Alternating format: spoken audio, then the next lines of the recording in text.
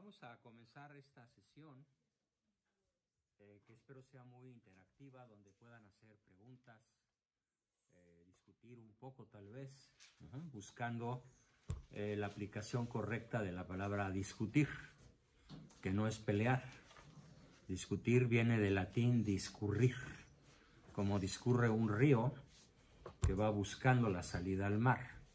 Entonces, cuando una persona discute, lo que busca es la verdad. Decía Aristóteles, en una discusión lo importante no es ganarla, ¿sí? Solo los tontos tratan de ganar una discusión.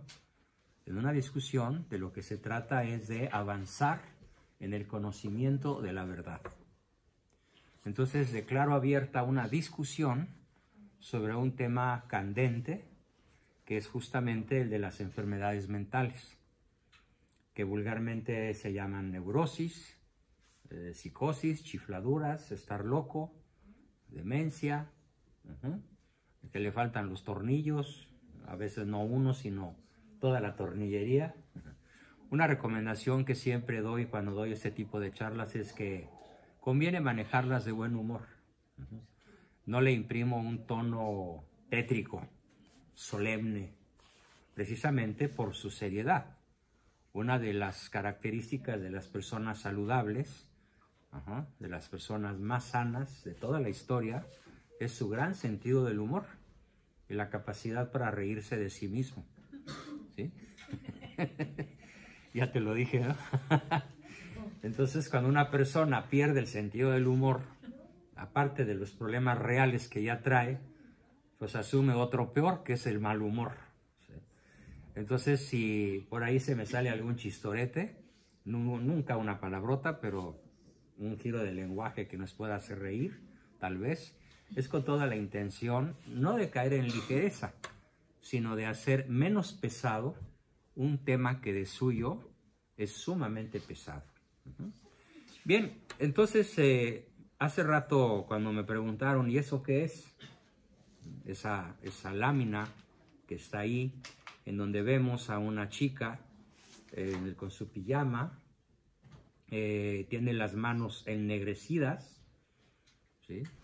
Es decir, y la rodilla y el pie, si ustedes observan, ¿sí? Lo que está en contacto con sus manos y el codo y los antebrazos y la rodilla, obviamente es de color negro. ¿Sí? Eso no se habían fijado. ¿Sí? Que es de color negro. Lo que ella ve es de color negro. ¿Sí?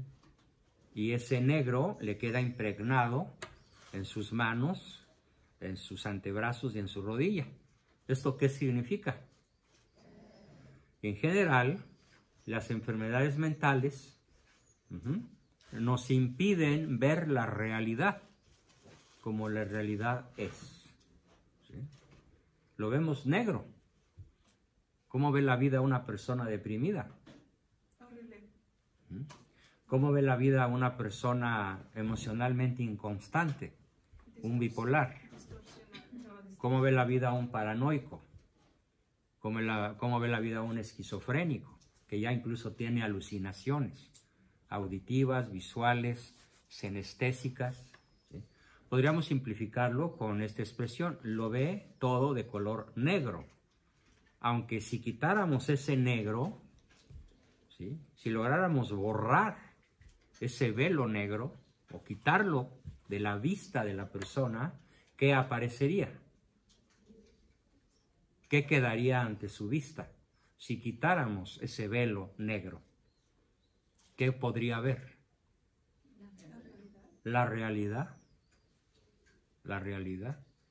Entonces podríamos decir, como una introducción al tema, que lo primero o lo más significativo en todo trastorno mental, leve, profundo, serio, severo, incurable, curable, transitorio o definitivo, la característica universal de todo trastorno mental es la disminución o la pérdida de la capacidad para contemplar la realidad como la realidad es, de manera objetiva. Y por el contrario, ¿cuál sería la característica principal de una persona mentalmente saludable? Una persona mentalmente saludable es la que conserva y desarrolla la capacidad, la potencia humana como don divino para conocer la realidad y las cosas como están en la mente de Dios. ¿Sí? Claro, el conocimiento de las cosas como están en la mente de Dios solo lo vamos a conocer, solo lo vamos a alcanzar cruzando el umbral de la vida biológica a la vida eterna. Pero de todas maneras, la inteligencia humana es tan poderosa, es un don tan divino, estrictamente un don divino, que en muchas ocasiones podemos conocer las cosas no tan absoluta ni tan perfectamente como Dios, pero casi, cerquita. Es cuando somos dueños de lo que se llama verdad absoluta. Verdad absoluta.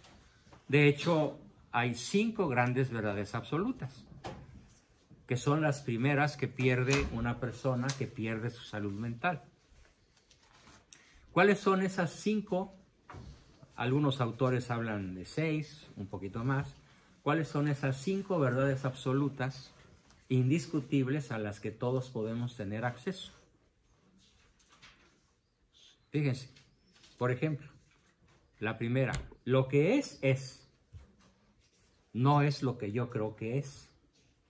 Lo que es. ¿Desde cuándo el mundo es redondo? ¿Desde que la humanidad lo supo o ya era? Ya era. Entonces, estamos hablando de un descubrimiento que se hace allá por 1492, cuando ese gran navegante Cristóbal Colón convence a la reina Isabel de que sus naves no se van a caer en el abismo, sino de que incluso si le da la vuelta a la tierra va a regresar al mismo lugar.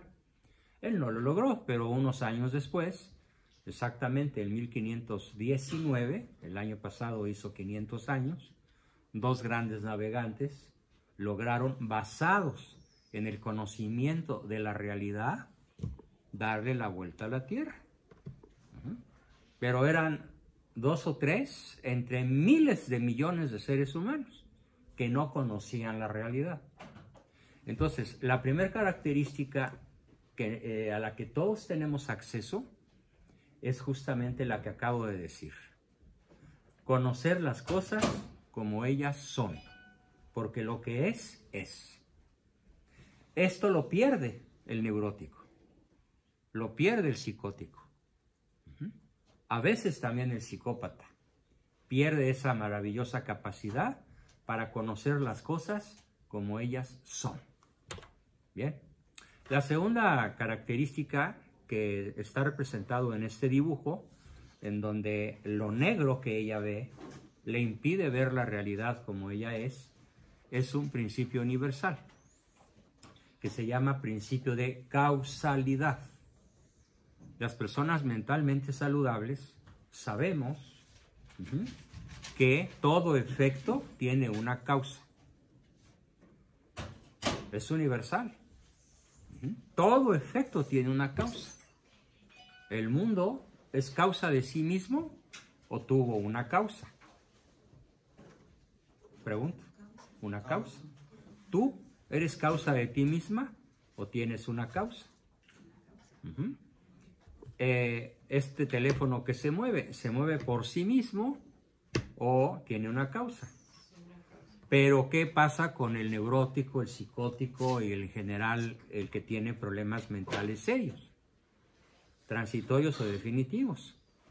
Piensa que es posible que las cosas ocurran, como dice el Borras en México, pues nada más, porque sí, y pierde de vista las explicaciones lógicas de la relación causa-efecto. ¿Qué otra ley universal nos puede permitir vivir en la realidad? Se llama la ley del principio de no contradicción. Y quiere decir esto: lo que es, y en tanto es, no puede ser y no ser a la vez. O sea, tú eres tú. Y mientras eres tú, no puedes ser tu marido. No puedes ser otra persona, más que la que eres. Pero en el pensamiento neurótico o en el pensamiento psicótico, ¿sí?, yo puedo ser a la vez quien soy y al mismo tiempo otro.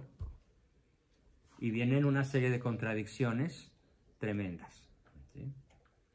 Una tercera característica universal a la que todos los seres humanos saludables tenemos acceso es que todo agente inteligente obra en función de un fin inteligente.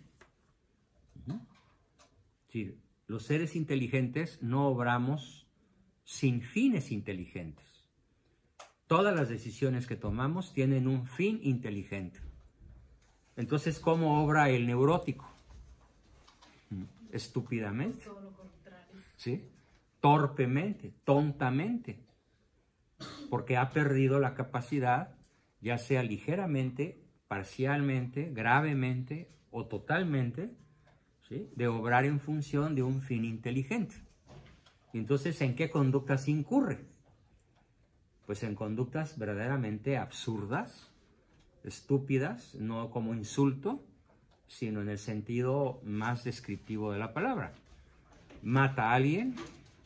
Por ejemplo, acaba de suceder en México, una señora que tenía 5 hijos y tenía muchas dificultades para llevarles el pan diario para comer y prefirió ahogarlos. Los ahogó a los 5 y después se suicidó. Entonces pierde la capacidad para obrar de manera inteligente. No la podemos juzgar como una persona que comete el pecado del suicidio, porque su grado de desesperación de ver a sus 5 hijitos, además todos pequeños, todos menores de 12 años, 12, 10, 8, así, una cadenita, ¿no? Establecer un juicio ético sobre una persona que pierde su capacidad para obrar de modo inteligente no es nada sencillo. Y por eso la Iglesia lanza un primer principio fundamental sobre esto. Del fuero interno, de lo que ocurre en el interior de las personas, en su conciencia, nec ecclesiae, ni la Iglesia puede juzgar. ¿Sí? Podemos decir qué triste suceso, qué absurdo, qué estupidez, pero no podemos decir qué señora tan mala. ¿Por qué? Porque para que hubiera habido un acto de maldad, tenía que haber estado cuerda. Y una persona cuerda no va a hacer esa locura. Porque entonces ella pierde esas facultades que las personas más o menos normales o muy normales sí tenemos. ¿Correcto? Bien, entonces, ¿qué significa el cuadro que he escogido para el tema de hoy? Significa que la persona que está detrás de esa cortina negra no puede ver la realidad como la realidad es. Así, en términos muy generales. ¿Y cómo se siente esa persona? ¿Cómo se siente? A ver, vean dónde está. Atrapada. Cada quien diga una palabra. ¿Cómo creen que se siente? Desesperada. Desesperada. Angustiada. Ahogada. Bueno, ahogándose. ¿Sí? Se siente como flotando. ¿No? Flotando, Está flotando. sin control de ella No tiene misma. control. ¿Sí? ¿Qué más? ¿Cómo se siente? ¿Tú qué te imaginas? Ya lo dije, pero... Dila para todos. Regañada. ¿Regañada? No, hombre, regañada es piropo. Qué elegante te viste. Se siente ofendida, Desubicada, mejor que eso. desubicada. ¿Mm? Y miles de palabras más terminadas en ada, de cómo se siente ella. Y una pregunta, ¿quién no se ha sentido así? Todos, incluyéndome, en alguna etapa de mi vida, nos hemos sentido así, perdidos en el espacio, ahogados en una fosa como el famosísimo torbellino allá por el Mar del Norte que se llama el Maelstrom, que se traga los buques y nunca sale nuevamente a la superficie. y tiene ahí cientos de buques atrapados. Bien, entonces, además, el mismo lugar donde ella está, pues también es oscuro, es tétrico, y sobre todo, no puede salir, ojo, no puede salir sin ayuda. Una de las características principales de la neurosis es que el neurótico sí busca ayuda, porque sabe que necesita ayuda y la busca. Las manos, esos Sí. piden ayuda. Piden ayuda. Si no estuviera Pero hay una clase de enfermedades mentales que consiste en yo puedo solo. Yo sé. Es más, los locos son todos ustedes. Yo estoy bien y todos ustedes están mal. Ya cuando una persona incurre en una psicosis como esta, que se llama psicosis esquizoparanoide o personalidad esquizoparanoide, Dios que lo bendiga, ¿no? Y cuide sus pasos porque prácticamente es incurable. Por esa razón, durante cierto tiempo y en algunas ocasiones, hasta que me estrello, pues insisto con los paranoides que acepten la terapia, que se dejen guiar, porque necesitan ayuda, pero la rechazan, porque su enfermedad consiste justamente en eso, en no poder ver la realidad como la realidad es. Decía Santo Tomás, una frase genial, decía, una de las cosas que más impiden al ser humano disfrutar y recibir y disfrutar de la gracia de Dios es su incapacidad por soberbia para reconocer sus propios límites. Entonces, en esta sesión quiero que aprendamos a reconocer nuestros propios límites. Si aprendemos a reconocer nuestros propios límites, tal vez podamos salir de este brutal torbellino, que es como se representa a esta chica enferma de alguna neurosis, de alguna psicosis o de algún ataque de locura transitorio. Espero que no sea definitivo, ¿no? La compilación y la investigación, es decir, este folleto de 63 páginas, que gracias por adquirirlo, están todos comprando, espero que al final cada familia se lleve el suyo. Es una compilación, o sea, reuní varios materiales. Por ejemplo, les recomiendo que lean la Carta Pastoral de los Obispos de California. La busqué y la encontré. Es una carta pastoral de los obispos de todas las diócesis del estado de California, USA, donde como colegio obispal, todos juntos y de común acuerdo escriben una carta dirigida a los médicos, psiquiatras, a los neurólogos, psicólogos, etcétera, y a los pacientes. Es una carta hermosísima de la cual voy a permitirme leer al rato algunos párrafos para que se entusiasmen y vean cómo nuestra Santa Madre Iglesia entiende mejor que ninguna otra entidad en la tierra la gravedad y la seriedad de los trastornos mentales. Y tiene la fortuna de no confundir fácilmente pecado con enfermedad. Bien, y también he hecho yo algunas propuestas. Aquí van a encontrar, por ejemplo, cómo opera la Escuela Mexicana de Psicología Realista, de la cual yo soy fundador desde hace 57 años, que es mi experiencia profesional. Escuela Mexicana de Psicología Realista.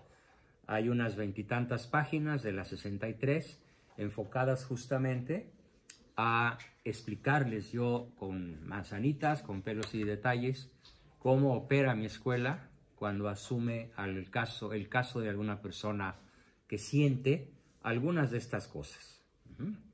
Vamos a ver. Los síntomas. Primero vamos a hablar de los síntomas en general y después los vamos a clasificar.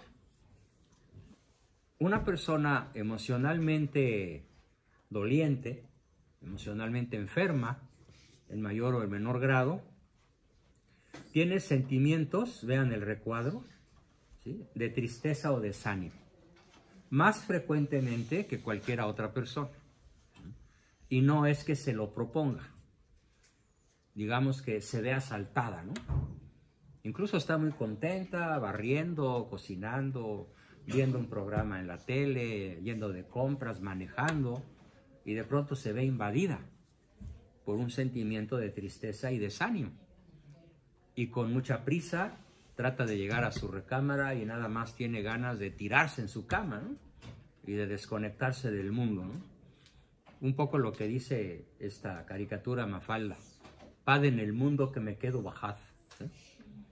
Par en el mundo que me quiero bajar. Otro síntoma son pensamientos confusos o capacidad reducida de concentración. De su celular y, ay, ching, ¿qué andaba buscando? Dio su celular con la intención de buscar la dirección o el teléfono de una persona específica. Y cuando abre la pantalla del celular, ¿cuál nombre buscaba? Entre que pensó y agarró el celular pasaron 30 segundos o menos. ¿Y qué pasó en ese momento? Entró en un estado de confusión por una muy reducida capacidad de concentración. En cambio, una persona sana no pierde de vista incluso una enorme cantidad de datos, ¿sí? Porque opera de una manera ágil, concentrada, eficiente, eficaz, que es lo que distingue a una persona saludable de una persona enferma. Preocupaciones o miedos excesivos, ¿sí? Por ejemplo, desde hace muchos años está trabajando en un lugar y de pronto lo asalta el miedo de que lo van a correr. No hay motivos, no le han avisado nada, la empresa está boyante, no hay nada que le indique realmente que lo van a despedir, pero le asalta el miedo. Es más, cuando ve pasar al jefe, se le esconde, porque tiene la impresión de que si el jefe lo ve, le va a decir: despedido, fírmale aquí. ¿Sí? Y es irracional, es un miedo excesivo. O bien sentimientos intensos de culpa. Vamos a distinguir aquí algo que es un concepto esencial. La diferencia entre cómo es una persona sana, en la mente, emocionalmente, y una persona enfermiza. El enfermo de la mente tiene sentimientos de culpa, aunque esté confesado y aunque esté en estado de gracia. Objetivamente, tiene sentimientos de culpa con los cuales no puede. Pues anda cargando, ¿sí? Y hasta la espalda y la nuca le duelen por andar cargando sus sentimientos de culpa. Y la persona saludable comete un pecado, lo confiesa, por ejemplo, o se arrepiente y después ya se confesará, o si no es católico, se arrepiente y a lo que sigue. Y no conserva el sentimiento de culpa, pero tiene lo que se llama conciencia de la responsabilidad por la culpa e intenta reparar el daño. Eso es una persona sana. Pero una persona enferma, aparte de que intenta o no reparar el daño, se sigue sintiendo culpable, incluso aunque haya reparado el daño. Lo que caracteriza en gran medida la enfermedad mental son sentimientos exagerados de culpa o miedos excesivos. Una persona sana también tiene miedo, pero tiene miedo, obviamente, a cosas que objetivamente la pueden dañar. Una fiera, un bicho, un alacrán, una serpiente, un lugar demasiado alto e inseguro y sin barrotes. Sus miedos son racionales y les sirven para evitar o manejar el peligro. Pero una persona mentalmente enferma, sus miedos son irracionales. Y por más que su esposa, su hija, su papá, alguien, un amigo, le intente hacer ver que el miedo es irracional, no se le borra, lo sigue sufriendo. Allí ya tenemos entonces un claro síntoma de un desajuste mental. El siguiente, altibajos y cambios radicales de humor. En un niño de 6 meses, tal vez hasta de 5 años, los cambios de humor se suceden a gran velocidad y sin que haya un motivo externo. El niño llora, ríe, se enoja, avienta cosas, se contenta, se carcajea, se duerme, le da hambre de manera caprichosa. Y conforme el niño va creciendo, va estabilizando sus estados de ánimo. Llega un momento en que el adulto saludable es dueño de sus estados de ánimo. Aunque haya sucesos que podrían entristecerlo con facilidad, el adulto se distingue, el adulto sano se distingue, porque puede abandonar, superar o rechazar el estado de ánimo que no es una decisión de él. Entonces, él maneja su ira, controla su ira, domina su tristeza y se pone en acción, aunque tenga que secarse las lágrimas o aguantárselas por un rato. Domina sus miedos y a pesar del miedo que le da a hacer algo, lo enfrenta y emprende acción. Y cuando está alegre, no se desborda de alegría. En cambio, el neurótico y el psicótico no pueden controlar sus miedos. Por ejemplo, ¿cómo sabemos que alguien es neurótico? Porque cualquier cosa que la enfrenta con dificultad, le mete lo que se llama distrés. El distrés es un estado de alteración fisiológica, de alteración cardiovascular, de alteración en la corteza cerebral, de alteración en el equilibrio homeostático del cuerpo, que es una exageración del estrés. El estrés es algo bueno.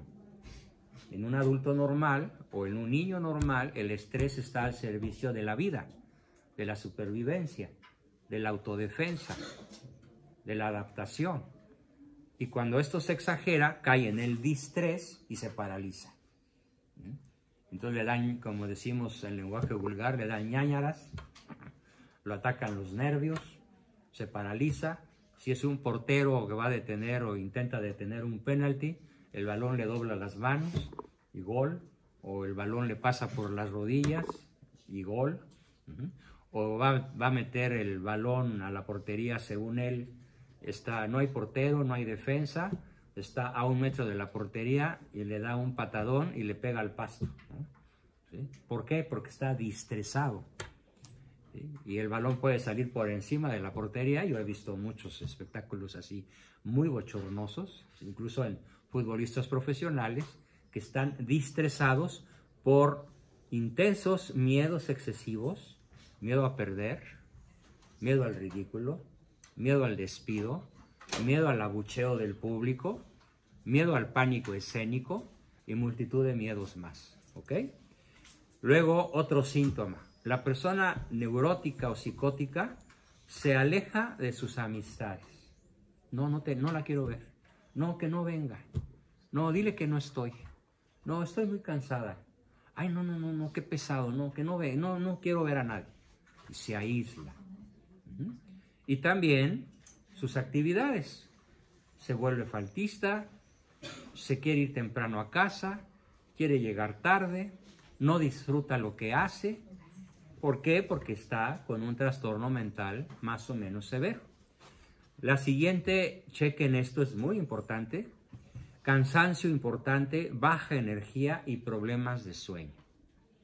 Es decir, uno de los síntomas más frecuentes y una de las cosas que yo combato con mayor profesionalismo e interés es restituir el sueño en mis pacientes.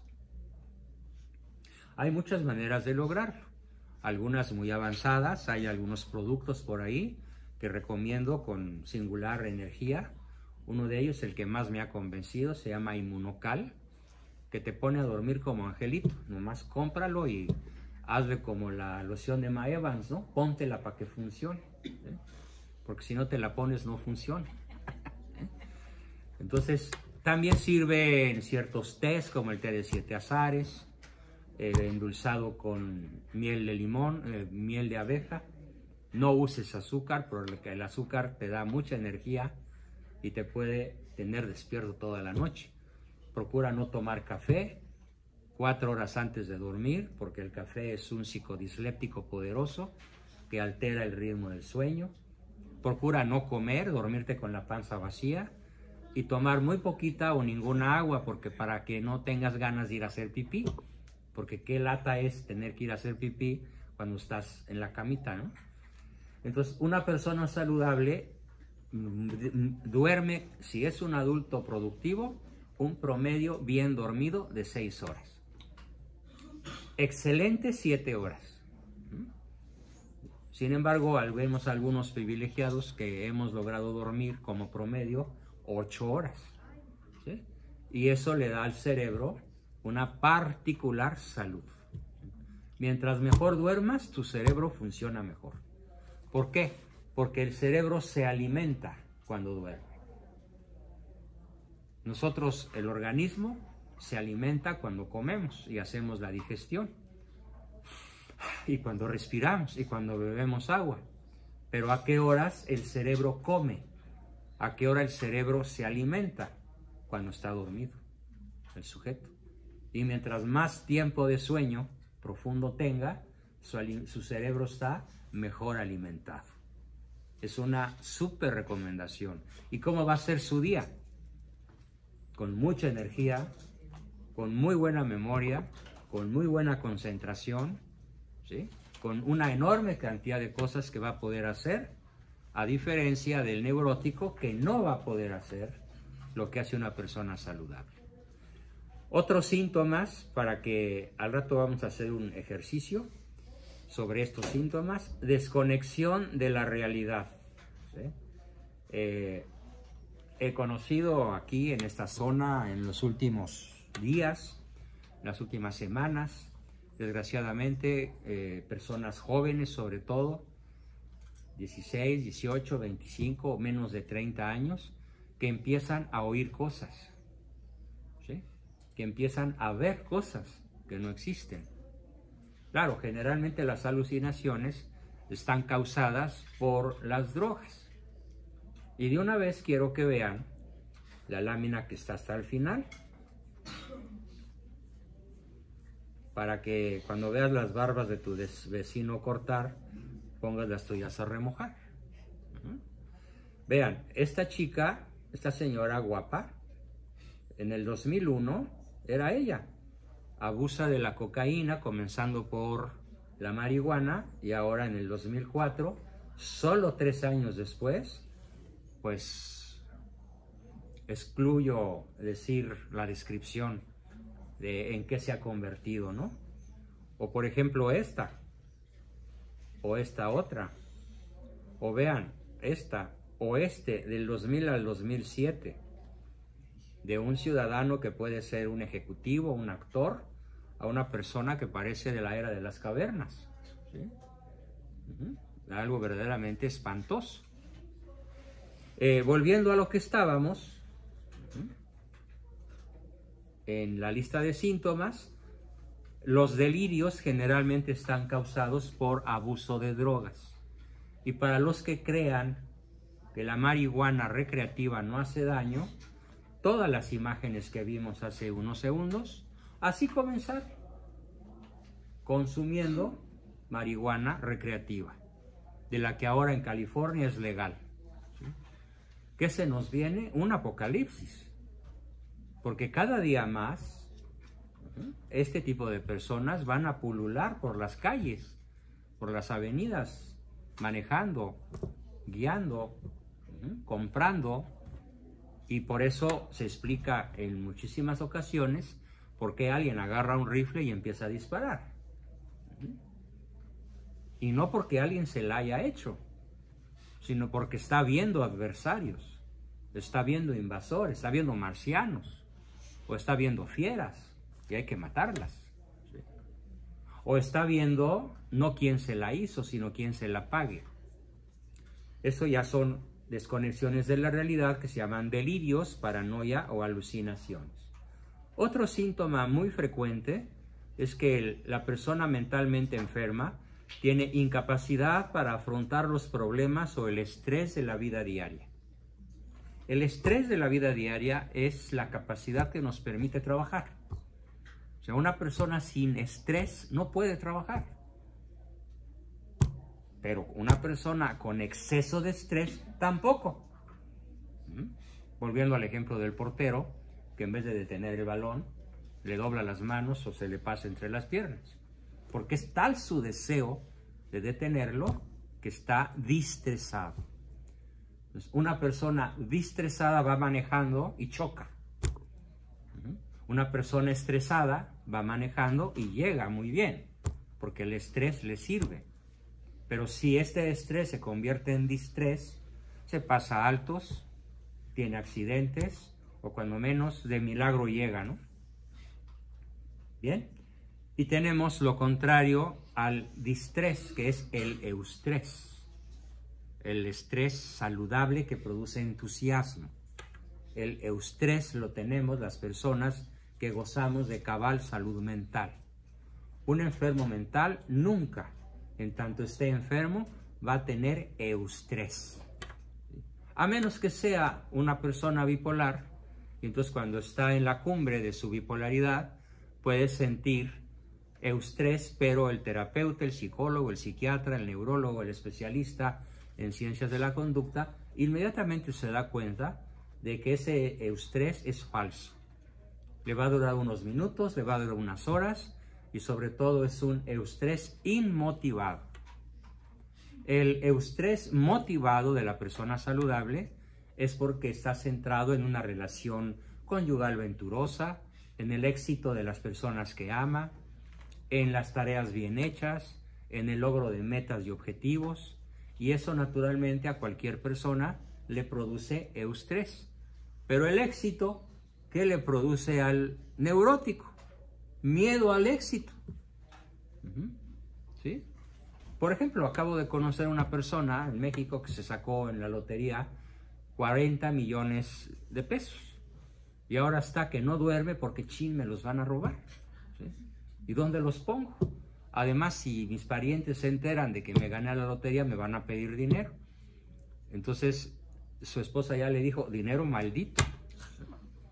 Desde que te sacaste la lotería, no hemos vuelto a tener un minuto de calma.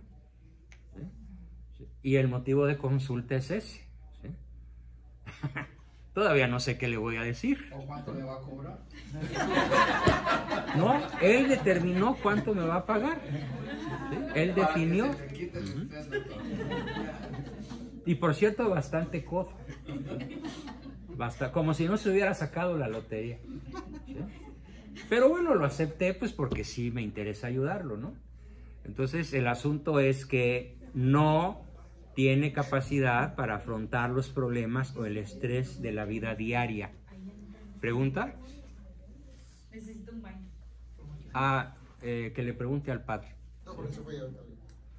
¿El baño está aquí a la salida? Está otra puerta.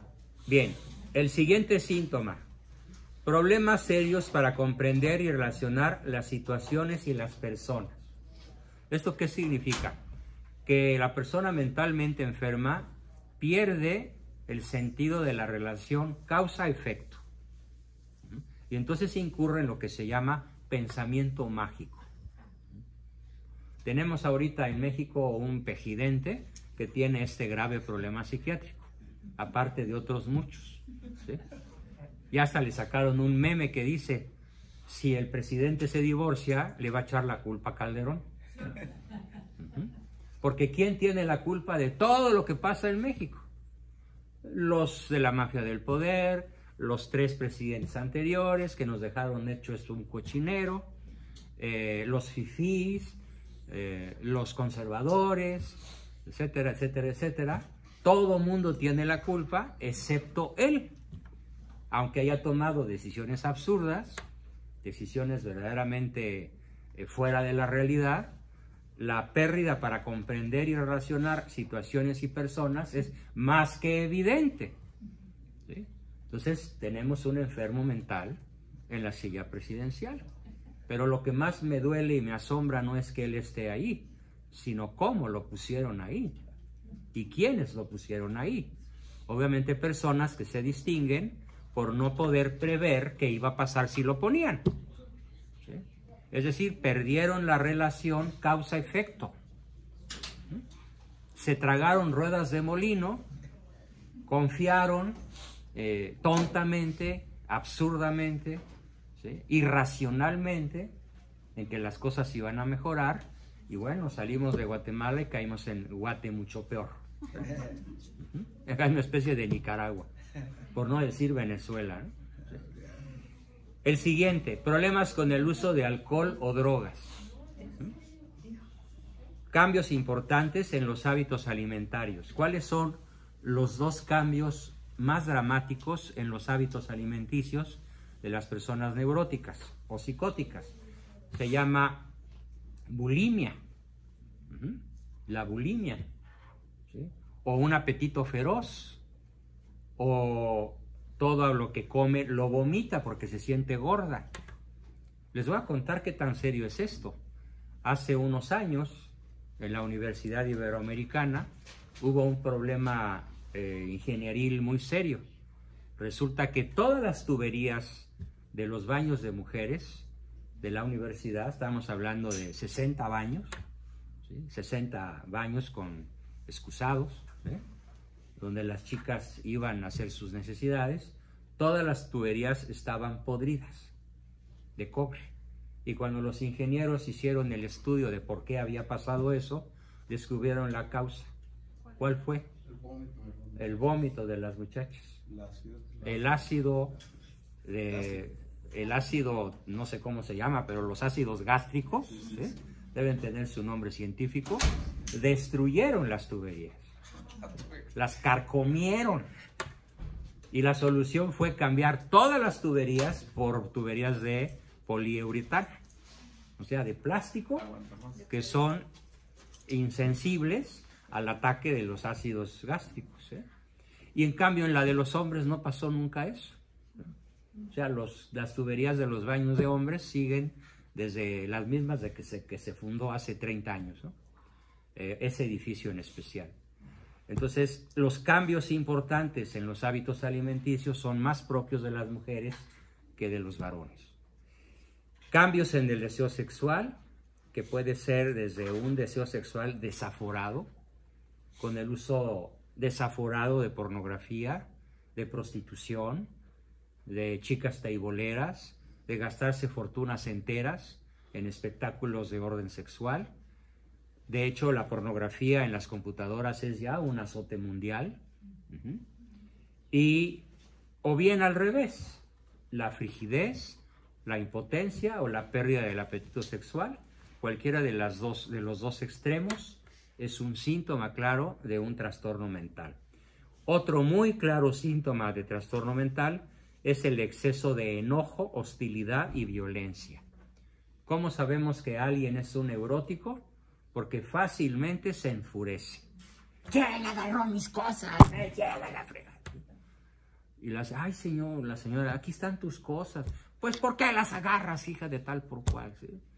Y la pone como lazo de cochino y 2 minutos después, ay mi amor, perdóname, qué feo me vi, discúlpame, no, es que yo te amo, chiquita linda, y la cubre de besos, ¿no? Y los primeros años ella se lo cree. ¿Y después qué pasa? Pues que con 3 o 4 azotaínas por semana o por mes, ¿sí?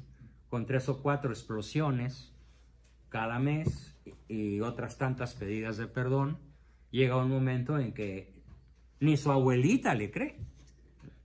Obviamente, mucho menos la esposa o los hijos, ¿no? Entonces, un enojo fácil, una hostilidad alta y una violencia física o verbal desaforadas son síntomas de trastornos emocionales severos. La persona ecuánime, la persona tranquila, la persona dueña de su ira, es una persona mentalmente sana. La persona que se le sale el enojo, aunque después se arrepienta, es una persona mentalmente insana. Y pensamientos suicidas. Ahí tenemos entonces la lista de los síntomas. El ejercicio que vamos a hacer a continuación, si están de acuerdo, es que tomen nota de, ¿acaso soy yo maestro? ¿Qué tanto me parezco a esta lista? Vamos a hacer el ejercicio de la siguiente forma. 0 es nada, nada de nada. Sentimientos de tristeza o desánimo, 0. Nunca me pasa. Me pasa de vez en cuando, un 2 o un 3. Me pasa con mucha frecuencia, un 7 o un 8.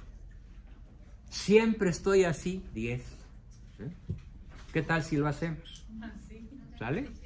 adelante. El ejercicio es sencillo, va a llevar unos cuantos minutos y no vamos a balconear a nadie más que al que quiera hacer preguntas. ¿Sale? Comiencen, por favor.